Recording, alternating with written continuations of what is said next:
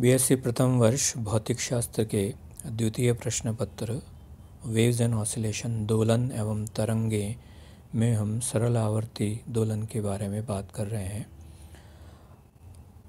आज एक सरल आवर्ती दोलन के एक और उदाहरण एक समान चुंबकीय क्षेत्र में चुंबक के दोलन के बारे में हम पढ़ेंगे। माना एक चुंबक जिसका चुंबकीय आघूर्ण m है और उसे हम h तीव्रता के एक समान यूनिफॉर्म मैग्नेटिक फील्ड एक समान चुंबकीय क्षेत्र में क्षैतिज तल में एक ऐंठन रहित धागे से लटका देते हैं। यदि चुंबक को साम्यावस्था से उस चुंबकीय क्षेत्र में लटके हुए इस चुंबक को अगर हम साम्यावस्था से क्षेत्र की दिशा से थीटा कोण से विक्षेपित करें अगर, तो उस पर दो बराबर और विपरीत बल जैसा चित्र में दिखाया गया है MH और -MH कार्य करते हैं। क्योंकि ये दोनों बल एक दूसरे के विपरीत दिशा में और चुंबक के दो अलग अलग बिंदुओं पर कार्य कर रहे हैं और इनका परिमाण भी बराबर है, तो यह एक प्रत्यानयन बल युग्म का निर्माण करते हैं। और इस प्रत्यानयन बल युग्म का आघूर्ण अगर C कहें हम, तो बल युग्म का आघूर्ण हम निकालते हैं बल का परिमाण इंटू दोनों बलों के बीच, दोनों बलों की क्रिया रेखा के बीच की लंबवत दूरी। तो MH तो बल का परिमाण है और अगर चित्र से हम देखें तो दोनों बलों के बीच की जो दूरी है वह 2L sin थीटा है। तो जो चुंबकीय बल आघूर्ण का मान होगा C जो हम कह रहे हैं यहाँ MH into 2L sin theta. 2L sin theta दोनों के बीच की लंबवत दूरी है, दोनों बलों की क्रिया रेखा के बीच की लंबवत दूरी है। तो प्रत्यानयन बल आघूर्ण C को मैं कैपिटल MH sin थीटा लिख रहा हूँ, जहाँ कैपिटल M 2mL है जो कि चुंबक का चुंबकीय आघूर्ण है। अगर M पोल स्ट्रेंथ है, ध्रुव सामर्थ्य है और 2L चुंबक की लंबाई है, तो मैं कैपिटल M चुंबकीय आघूर्ण M को 2m small m into L लिख सकता हूँ। तो C माने जो प्रत्यानयन बल युग्म का आघूर्ण है कैपिटल C वो MH sin theta, capital MH sin theta हो गया। प्रत्यानयन बल आघूर्ण चुंबक को घुमाकर जो चुंबकीय क्षेत्र है उसके समानांतर लाने का प्रयास करता है। जैसे ही चुंबक क्षेत्र की दिशा में आता है तो वह साम्यावस्था में एकदम स्थिर नहीं हो जाता, परंतु अपने जड़त्व आघूर्ण के कारण विपरीत दिशा में घूम जाता है।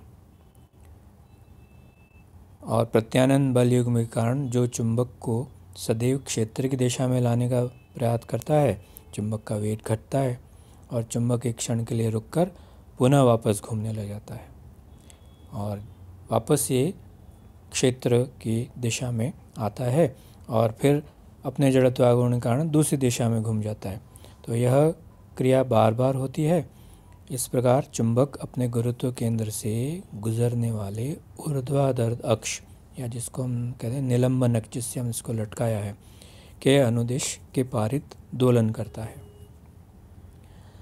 माना चुंबक का दोलन अक्ष या जिसे निलंबन अक्ष भी कहते हैं हम,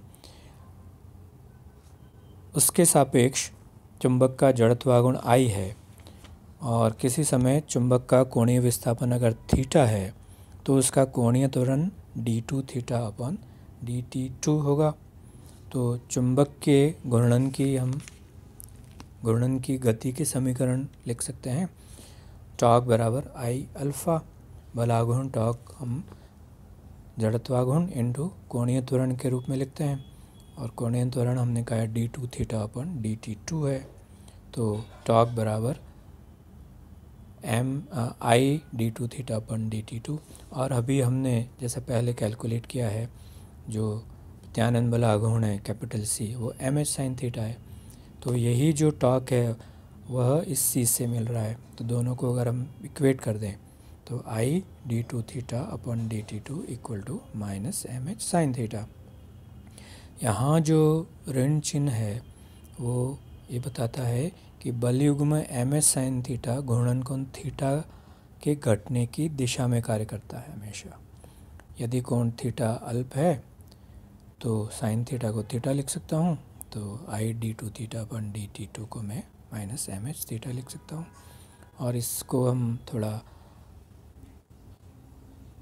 रीअरेंज करें तो D two theta upon D T two plus M H upon I theta equal to 0 और एम एच अपन आई को मैं ओमेगा 0 स्क्वायर लिख देता हूँ। तो हमारी इक्वेशन हो जाती है D two theta upon D T two plus omega 0 square theta equal to 0। अगर इस समीकरण को हम देखें तो यह समीकरण सरल आवर्त गति के समीकरण के जैसे ही है। तो यह समीकरण चुंबक के कोणीय सरल आवर्त गति का समीकरण होता है, क्योंकि यह समीकरण सरल आवर्त गति के सामान्य समीकरण के जैसी ही है। अतः हम ये कह सकते हैं कि चुंबक की गति सरल आवर्त गति होती है। तो अगर इस चुंबक की सरल आवर्त गति का आवर्तकाल निकालना चाहें तो t इक्वल टू 2π/ओमेगा, और ओमेगा हम पहले लिख चुके हैं under the root M H upon I. तो ओमेगा का मान रखें तो जो आवर्तकाल है t वो 2π under the root I upon M H हो जाएगा। आई यहाँ जड़त्वागुण है, तो छड़ का जड़त्वागुण हम ज्ञात कर सकते हैं।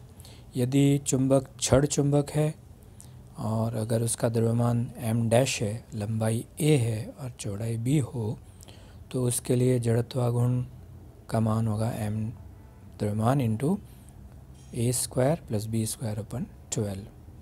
तो I का मान यह रख सकते हैं हम आवर्तकाल के समीकरण में। उसी तरह से यदि चुंबक बेलनीय चुंबक है और उसका द्रव्यमान m डैश है, लंबाई l है और त्रिज्या r हो, तो जड़त्वागुण हम उसका m डैश यानी द्रव्यमान इंटू एल स्क्वायर अपन 12 प्लस आर स्क्वायर बाई 4 लिख सकते हैं। और आवर्तकाल के समीकरण में जड़त्वागुण का यह मान रखें।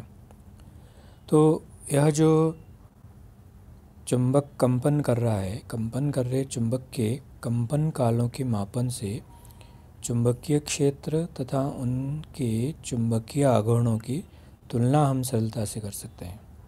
इस कार्य के उपयोग में लाए जाने वाले उपकरण को हम कंपन चुंबकत्व मापी कहते हैं तथा यह चुंबक के कंपन के सिद्धांत पर आधारित होता है। तो आज हमने एक और उदाहरण देखा है सरल आवर्त गति का।